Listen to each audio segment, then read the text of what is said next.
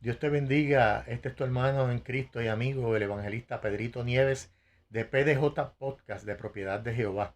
Dándote la bienvenida a este nuestro espacio, como todas las semanas, compartiendo unas palabras de fe.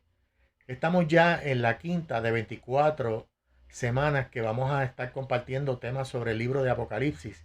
Y hoy estaremos entrando en el estudio, como hemos estado haciendo de forma breve, el capítulo 5 del libro de Apocalipsis, el que está sentado en el trono y el libro con los 7 sellos.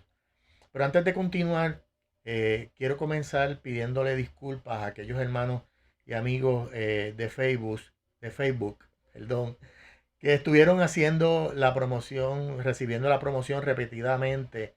Esto se debió a una mala configuración de mi parte al envío de la promoción, por lo que les pido excusa por todas las molestias que esto pudo haberles causado. Dicho esto, pues te invito a que te suscribas, le des like a este canal, eh, que lo compartas con tus amistades y familiares y aquellas personas que así lo necesiten, y que envíes tus comentarios a propiedad de Jehová 2020 gmail.com. Siempre recordándote que Propiedad de Jehová y PDJ Podcast es una corporación sin fines de lucro, sin manejo de fondos de capital, por lo que no aceptamos superchat ni ninguna forma de retribución económica. Pues vamos entonces a hacer un pequeño resumen de los capítulos anteriores. En el capítulo 1 estudiamos las cosas que Juan vio y dio testimonio de ellas, sobre la gloria admirable de Jesucristo, y que Juan, como testigo, da fe de haberse cumplido en el Evangelio que fue profetizado desde Adán hasta Malaquías, y que se nos presenta en los 4 evangelios, en la vida y la obra de Jesús. En los capítulos 2 y 3 hablamos y estudiamos las cosas que son porque se refiere al tiempo de la iglesia, tiempo que comienza inmediatamente después de la ascensión de Jesucristo al cielo, con la promesa de su regreso y de la llegada del Espíritu Santo hasta el tiempo actual, que es el tiempo de la iglesia, tiempo que aún estamos viviendo hasta que llegue el arrebatamiento al cielo de su iglesia.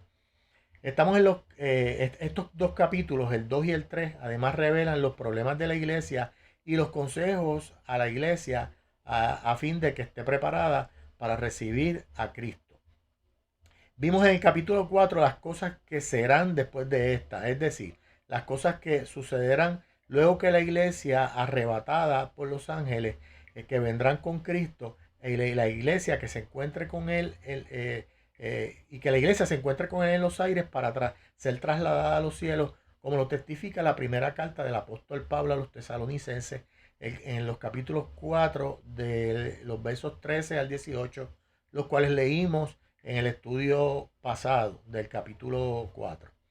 Pudimos leer que había uno sentado en el trono con un aspecto rojo sangre parecido al jaspe y a la cornalina. Vimos también a 24 tronos y en ellos sentados 24 ancianos con vestiduras blancas, representación de la santidad, con coronas de oro en sus cabezas, las cuales se mencionan en el capítulo 3, verso 11, en el mensaje a la iglesia de Filadelfia, donde se le solicita que se mantenga fiel para que no pierda su corona. El apóstol Pablo también hace alusión a las coronas que la iglesia recibirá, y una de esas menciones podemos buscar en la primera carta de Pablo a los Corintios, en el capítulo 9, versos 25, que lee de la siguiente manera: todo aquel que lucha, de todo se abstiene. Ellos a la verdad para recibir una corona corruptible, pero nosotros una incorruptible. También Pablo le menciona a los tesalonicenses en su primera carta, en el capítulo 2, verso 19, y dice: porque ¿cuál es nuestra esperanza o gozo o corona de que me gloríe? ¿No lo sois vosotros delante de vuestro Señor Jesucristo en su venida? Pablo también le escribe a Timoteo en su segunda carta, capítulo 4, verso 8, que dice: por lo demás, me está guardada la corona de justicia, la cual me dará el Señor, juez justo en aquel día, y no solo a mí, sino también a todos los que aman su venida. Y para que nadie piense que esto fue un invento del apóstol Pablo, Santiago, el hermano biológico de Jesús, cuando Jesús se encarnó en la tierra, en su carta, en el capítulo 1, verso 12, lee y cito: bienaventurado el varón que soporta la tentación, porque cuando haya resistido la prueba recibirá la corona de vida que Dios ha prometido a los que le aman. En las cartas de Pablo, en las cartas de Pedro, la primera carta, en el capítulo 5, verso 4, también menciona las coronas y dice: y cuando aparezca el príncipe de los pastores, vosotros recibiréis la corona incorruptible de gloria. Así, los que todavía insisten en que los 24 ancianos son ángeles, la palabra es clara que solo a la iglesia se le prometió una corona que representa la victoria en Cristo. Es la corona de la salvación, y dijimos que no es nuestra. La corona le pertenece a Cristo porque es la victoria de Cristo en la cruz y sobre la muerte, donde Él vence la muerte. Dijimos que estos ancianos son una representación de la iglesia que fue trasladada al cielo. Dijimos que había un arcoíris que rodeaba el trono, y un enlosado como de esmeralda, símbolo de el que está sentado en el trono. Es Rey de Reyes y Señor de Señores. También habían 4 seres vivientes alrededor del trono, dando alabanza, gloria y honra al que está en el trono, y que adoran de día y de noche. Cuando estos 4 seres daban gloria y honra al que está sentado, los 24 ancianos, es decir, la iglesia completa que fue levantada, se postraba y adoraba, pero se quitaban las coronas y las colocaban delante del que está sentado. Al quitarse las coronas es un símbolo de humildad, pero es porque estas coronas le pertenecen al dueño, que es Cristo, que es el dueño de la victoria sobre el pecado y la maldad. Y ahora Juan mira y ve, y leemos en el capítulo 5, el verso 1, donde lee y cito: y vi en la mano derecha del que estaba sentado en el trono un libro, un biblión, un rollo, un pergamino. Esto por dentro y por fuera, sellado con 7 sellos. Desde antes de los tiempos de Juan hasta después del primer siglo, se acostumbraba a escribir en unos rollos de tela o piel de animales en columnas, una al lado de la otra. Esto era una forma común de escritura, pero Juan usa el término biblión, que se refiere a un rollo según está descrito, según como les acabo de explicar. Juan ve un rollo en la mano derecha, mano de poder, mano de fuerza, de autoridad del que está sentado en el trono. Y dice que el rollo estaba sellado con 7 sellos. Y obviamente al decir 7 sellos, este símbolo de los 7 sellos es un símbolo de perfección, que puede indicarnos que los sellos estaban dados de forma perfecta. Vemos ahora que esta representación de un rollo puede ser simbólica, pero a Juan se le presentó de esta manera para una mejor comprensión de lo que habría de suceder con lo que está escrito dentro del rollo. Por obligación tenemos que hacer un alto y visitar nuevamente el libro del profeta Daniel, y para hacer unas comparaciones, ¿verdad? Daniel, si vamos al libro de Daniel, el capítulo 7, los versos del 9 al 10, y los comparamos con el libro de Apocalipsis, el capítulo 1, del 12 al 16, versos del 12 al 16, solamente vamos a analizar lo que está en azul. Dice: y se sentó un anciano de días, cuyo vestido era blanco como la nieve y el pelo de su cabeza como lana limpia.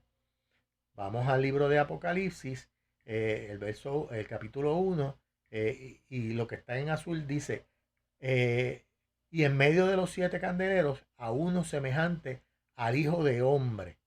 Y seguimos leyendo más abajo, su cabeza y sus cabellos eran blancos como blanca lana.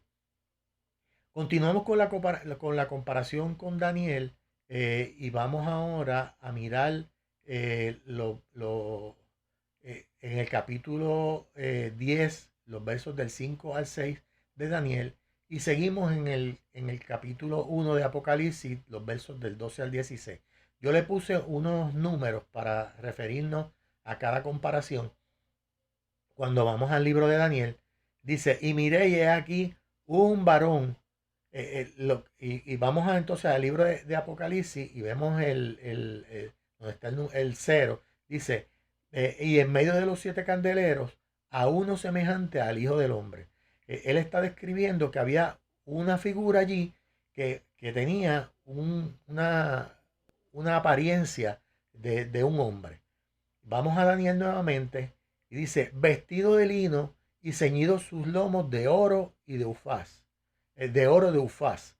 Cuando vamos a Apocalipsis, donde señalé como número 1, dice, vestido de una ropa que llega hasta los pies y ceñido por el pecho con un cinto de oro. Vamos al libro de Daniel nuevamente, y leemos, y sus ojos como antorcha de fuego, y eh, en el 2, en el Apocalipsis dice, y sus ojos como llama de fuego. Vamos al que tengo señalado el 3, en Daniel dice, y sus brazos y sus pies como de color de bronce bruñido. Vamos al libro de Apocalipsis, donde señalé el número 3, y dice, y sus pies semejante al bronce bruñido, refulgente como en un horno de fuego. Vamos a Daniel al número 4, dice, y el sonido de sus palabras como estruendo de una multitud. Vamos a donde señalé con el número 4 Apocalipsis, dice, y su voz como estruendo de muchas aguas. Seguimos las comparaciones con el libro de Daniel, y entonces vamos a ir a Daniel 10 del 5 al 6 y vamos a Apocalipsis 4, el verso 3. Y dice, su cuerpo era como de berilio. Y cuando vamos a Apocalipsis dice, semejante a piedras de jaspe y de cornalina. Cuando usted coge estas 3 piedras, el berilio, que es un cristal, el jaspe, que es una piedra, y la cornalina, que es otra piedra, vemos que son prácticamente casi idénticas. Hay berilio de diferentes colores en diferentes partes del mundo, pero el berilio más común en esta región es el berilio rojo. Cuando lo comparamos con el jaspe y la cornalina, que también el rojo es el más común en esta región, el resultado es que vemos lo mismo, que tanto Daniel como Juan, en sus diferentes visiones, vieron exactamente lo mismo, una representación del Cristo que venció al derramar su sangre. Daniel, que nunca vio a Cristo crucificado, dice que cuando vio esto se desmayó y perdió su fuerza. Pero Juan, que vio a Cristo crucificado en la cruz, con su rostro y todo su cuerpo ensangrentado desde la cabeza hasta los pies, dice que cayó como muerto. Juan ve un rollo en la mano derecha del que está sentado en el trono, sellado con 7 sellos.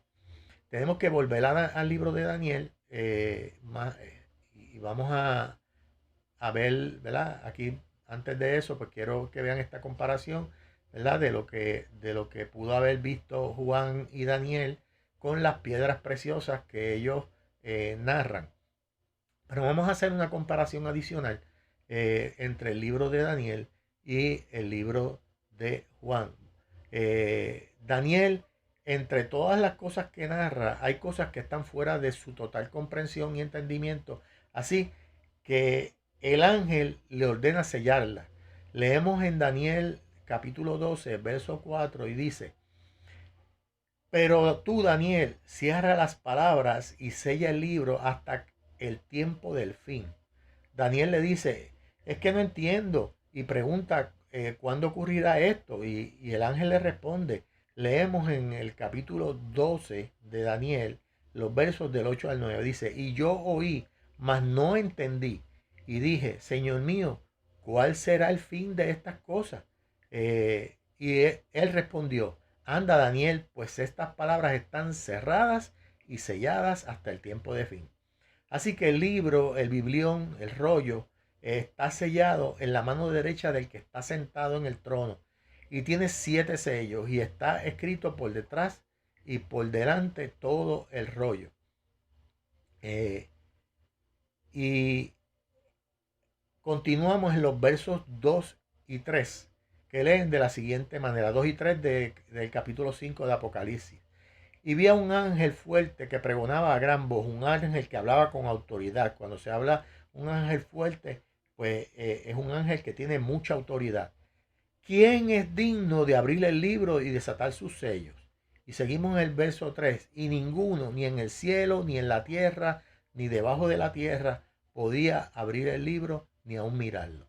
Cuando leemos Primera de Tesalonicenses, el capítulo 4, los versos 13 al 17, de los que hemos estado mencionando desde el primer video, Pablo explica que los que han muerto en Cristo serán resucitados primero.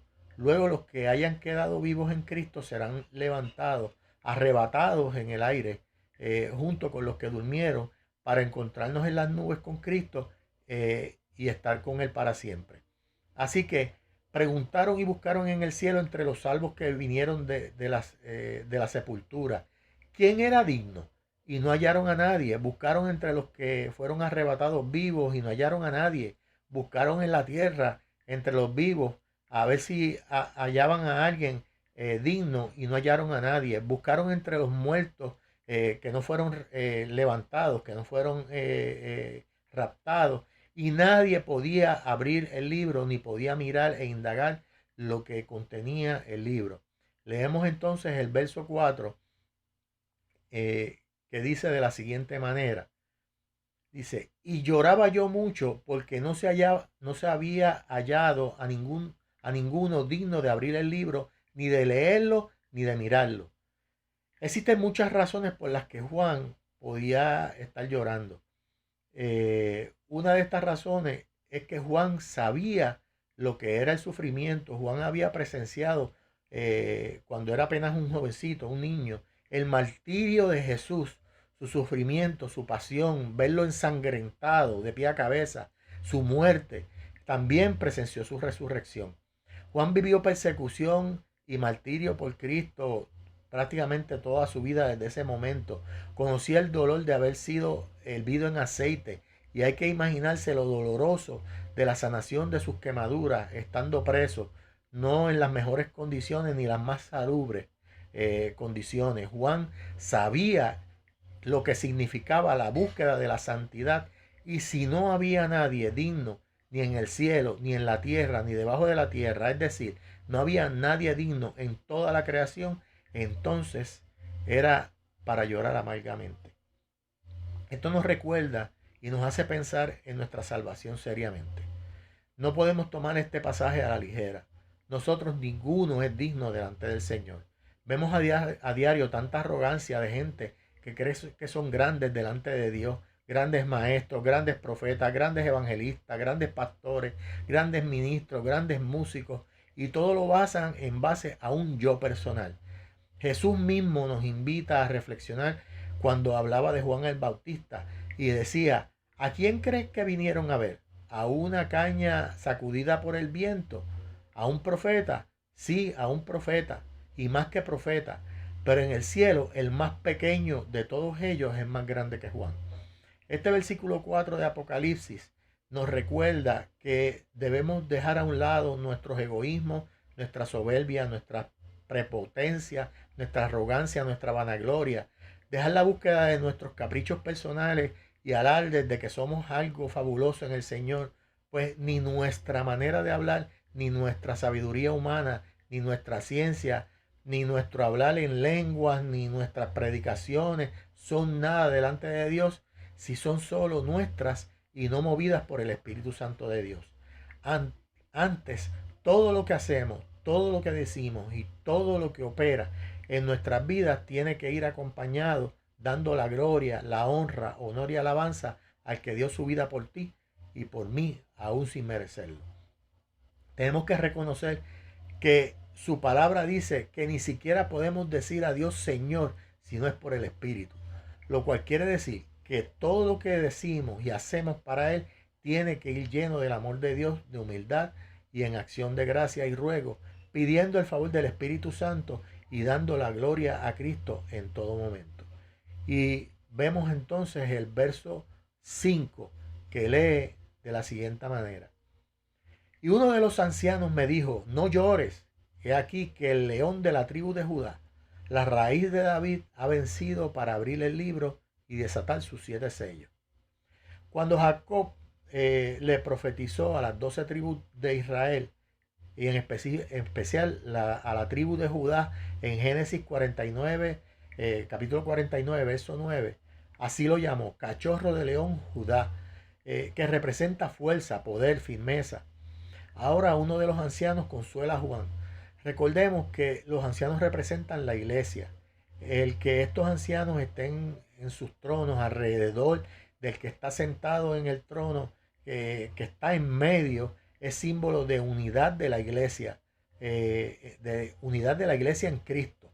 Dice que uno de los ancianos le dijo, no llores porque el león de la tribu de Judá, el Cristo, el Rey, el poderoso, ha vencido. ¿Ha vencido para qué? Pues ha vencido para darnos redención y salvación del pecado, sí. Y también ha vencido para abrir el libro y desatar los 7 sellos. Sellos que veremos en el capítulo 6 que contienen los juicios de Dios sobre la tierra por el pecado. Abundaremos más adelante sobre este pensamiento. No lo haremos en este momento. No vamos a adelantarnos a esa parte porque hay unas cosas importantes que cubrir con relación a estos juicios. Pero leemos entonces en el verso 6 que dice, y miré y vi que en medio del trono y de los 4 seres vivientes y en medio de los ancianos estaba en pie un cordero como inmolado, que tenía 7 cuernos y 7 ojos, los cuales son los 7 espíritus de Dios enviados por toda la tierra. Ahora en medio de donde está el trono, no al lado de los ancianos, no al lado de los 4 seres vivientes, en medio, en el centro, con el que está sentado, él es el león de la tribu de Judá, pero se presenta en forma de cordero de sacrificio. Dice que tenía 7 cuernos y 7 ojos, que son los 7 espíritus de Dios enviados por toda la tierra. 7 porque el Espíritu de Dios tiene la misma perfección que el que está sentado.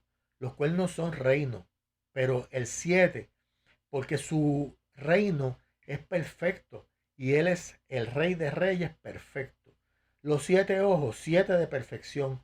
Ojos porque todo lo ve. Entonces podemos decir que el Espíritu de Dios ve todo lo que ocurre en toda su creación y en todos los reinos y que hay en el reino que está sobre todos los reinos, el reino del que ha vencido para tomar, ver abrir los sellos y leer lo que está dentro del libro, de este rollo.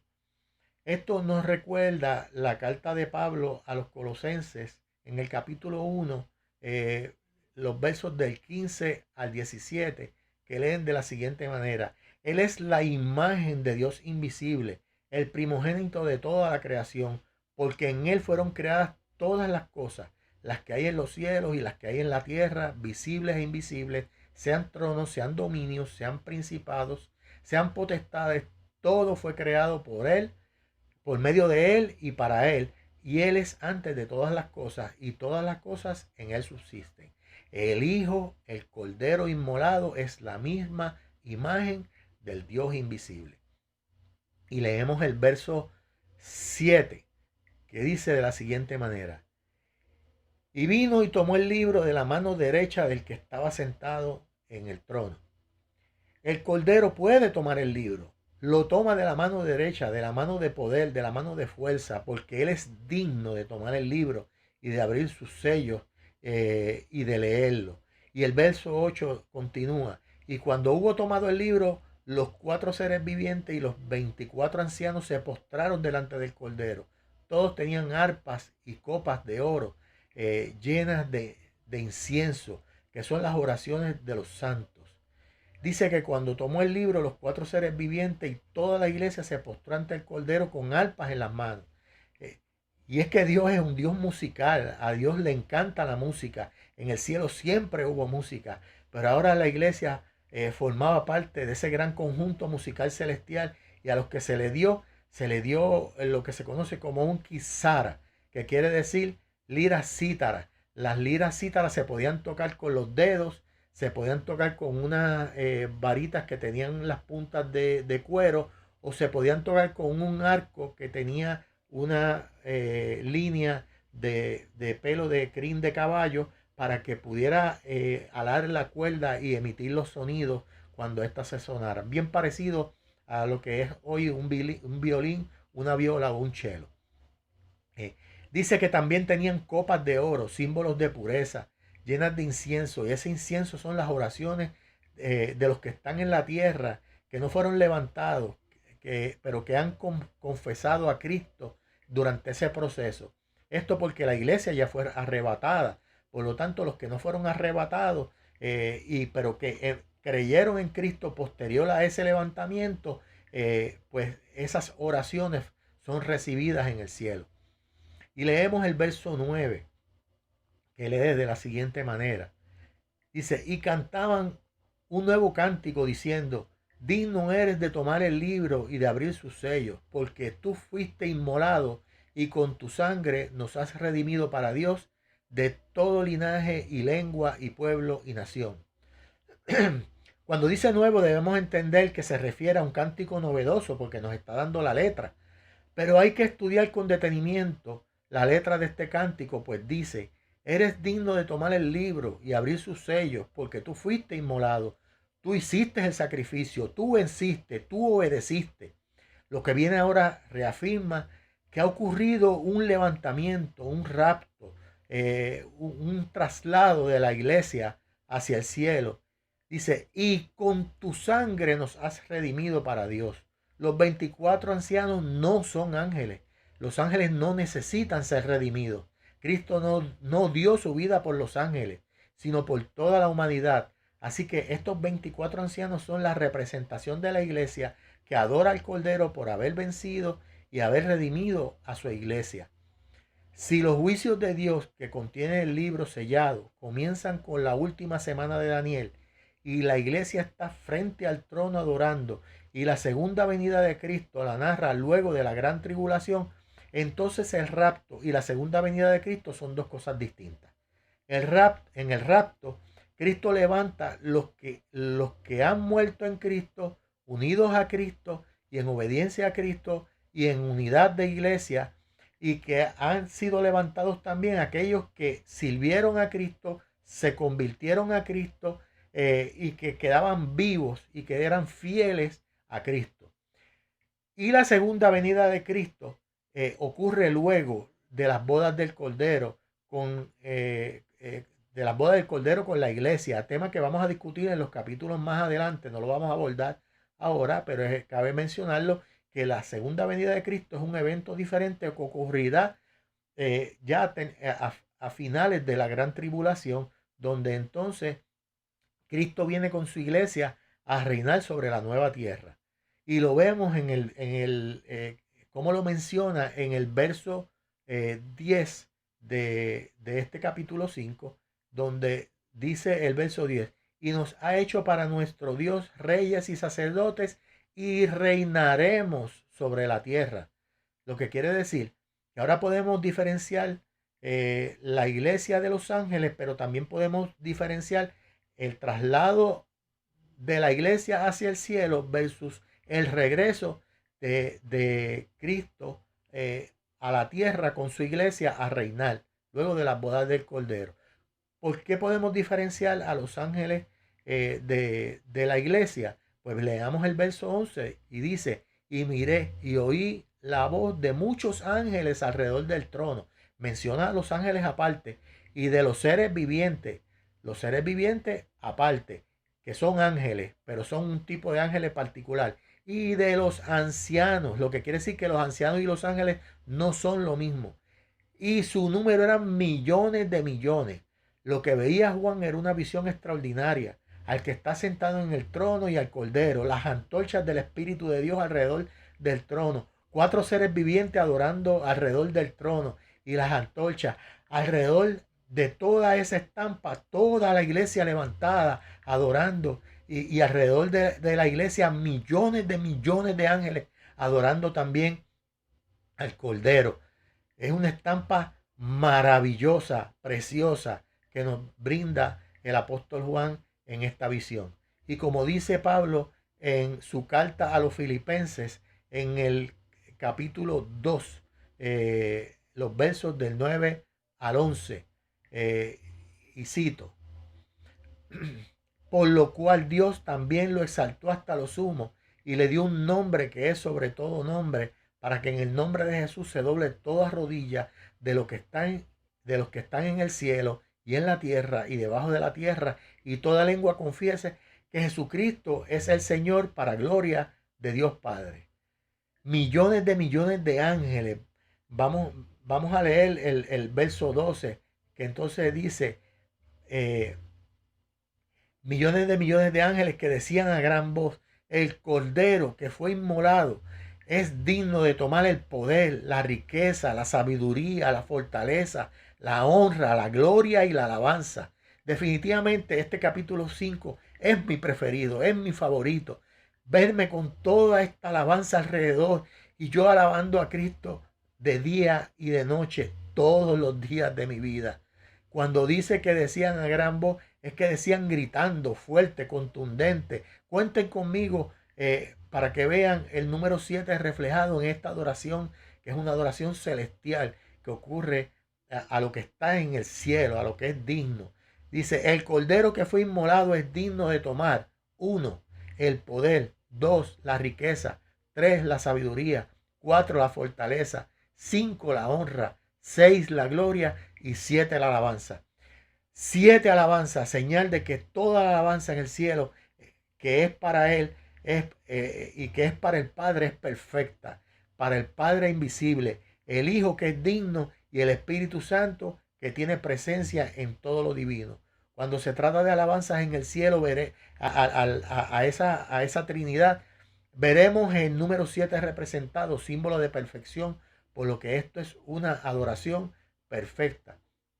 Muy por el contrario, cuando esa alabanza proviene de cosas creadas en la tierra, que han llegado al cielo, veremos el número 4 representado, y lo vemos en el verso 13, que lee de la siguiente manera y dice: y a todo lo creado que está en el cielo y sobre la tierra y debajo de la tierra y en el mar, y a todas las cosas que en ellos hay, oí decir: al que está sentado en el trono y al Cordero, 1, sea la alabanza; 2, la honra; 3, la gloria; y 4, el poder por los siglos de los siglos, es decir, infinitamente.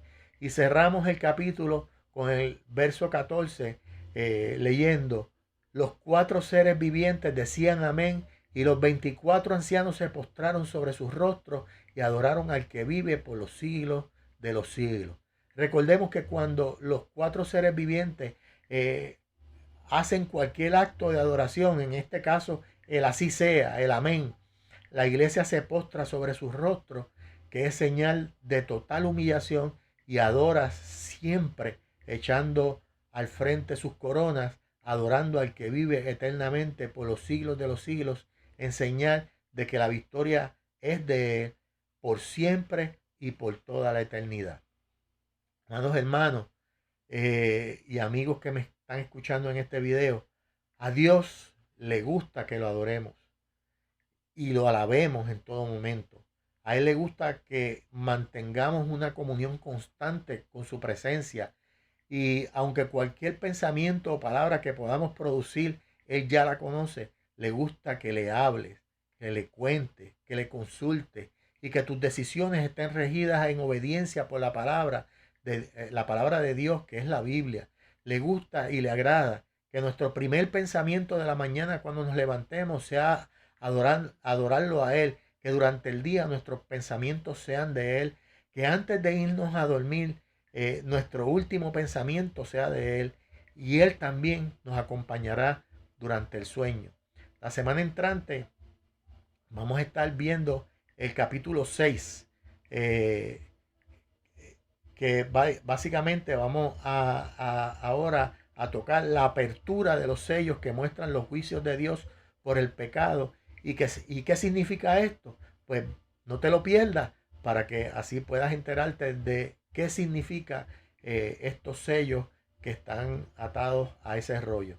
Y si te gustó este pequeño estudio y este canal, es importantísimo que no te olvides suscribirte y darle like para que este y todos los videos de PDJ Podcast los recibas directamente y lleguen a más personas. Comparte este video con tus familiares y amigos. Y nos puedes conseguir en el canal de YouTube bajo PDJ Podcast.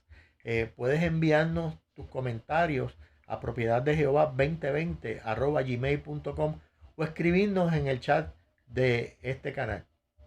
Y no olvides que unas palabras de fe pueden cambiar una vida. Dios te bendiga.